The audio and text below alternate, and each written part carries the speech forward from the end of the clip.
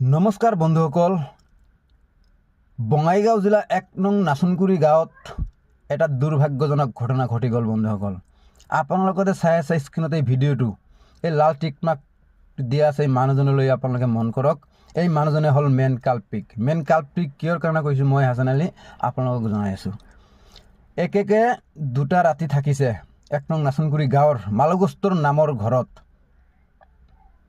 এই ঘৰতে থাকি তেওঁলোকৰ ওপৰতে এটাক কৰিলে।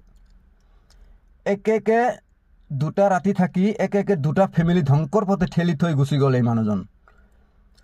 যোৱাকালি সন্ধিয়া ইফতাৰ কৰাৰ সময়ত চাৰ লগত কিবা নিচা বস্তু খুৱাই তেওঁলোকক বেহুচ কৰি তেওঁলোকৰ পৰা টকা পইচা সোণা দানা যিমান পাইছে সকলো লৈ গুচি গ'ল এই মানুহজন। প্লিজ বন্ধুসকল, যদি আপোনালোকে কোনোবাই এই মানুহজনক দেখা পায়, প্লিজ ডিছক্ৰিপশ্যনত ফোন নম্বৰ দিয়া আছে, এই নম্বৰত আমাৰ লগত যোগাযোগ কৰিব।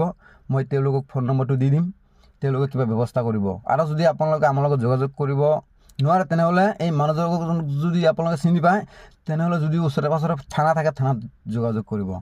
এই ঘটনাটো ঘটিছে বঙাইগাঁও জিলা ১ নং নাচনকুৰি গাঁৱত নুৰজামাল নামৰ এটা ঘৰত আৰু মালগোস্তৰ নামৰ এটা ঘৰত। ৭ৰ পৰা ৮জন মানুহক নিচা বস্তু খুৱাই তেওঁলোকৰ পৰা টকা পইচা সোণা দানা যিমান পাইছে সকলো বস্তু লৈ এই গ্ৰামৰ পৰা উদাও নাই। আৰু এই ভিডিঅ'টো মোক দিছে, চিচি ফুটেজ দিছে মোক অলপ আগতে মোক জনাইছে যে হাছান ভাই এনেকুৱা কথা শুনিছে নেকি? মই কৈছোঁ শুনা নাই। মই ঠিক আছে, মই তোমাক এটা ভিডিঅ' ক্লিপ পঠাই আছোঁ, এই ভিডিঅ'টো অলপ পোষ্ট কৰি দিয়া। ঠিক আছে, মই পোষ্ট কৰি আছোঁ। চ' বন্ধুসকল, মই আপোনালোকক এটাই ৰিকুৱেষ্ট কৰিবলৈ ওলাইছোঁ যে আপোনালোকে যদি কোনোবাই বাহিৰৰ পৰা এজন মানুহ আহি যদি আপোনালোকৰ ওচৰত থাকিব বিচাৰে যে মোৰ কোনো নাই, মোৰ জেগাত অলপ থাকিবলৈ জেগা দিয়ক, এটা ৰাতি থাকিম, এই ভুল যাতে আপোনালোকে কেতিয়াও নকৰে। কাৰণ নিজে বাস্তৱতা প্ৰমাণ পাইছোঁ। মই নিজে গৈছোঁ তেওঁলোকৰ ঘৰত, মই মানুহবিলাকক চালোঁ, এতিয়ালৈকে তেওঁলোকে মানে অলপহে মানে হুচ হৈ আছে।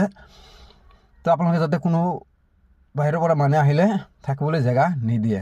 আৰু যদি আপোনালোকে এই মানুহজনলৈ চিনি পায় তেনেহ'লে প্লিজ যোগাযোগ কৰিব আমাৰ লগত। ধন্যবাদ।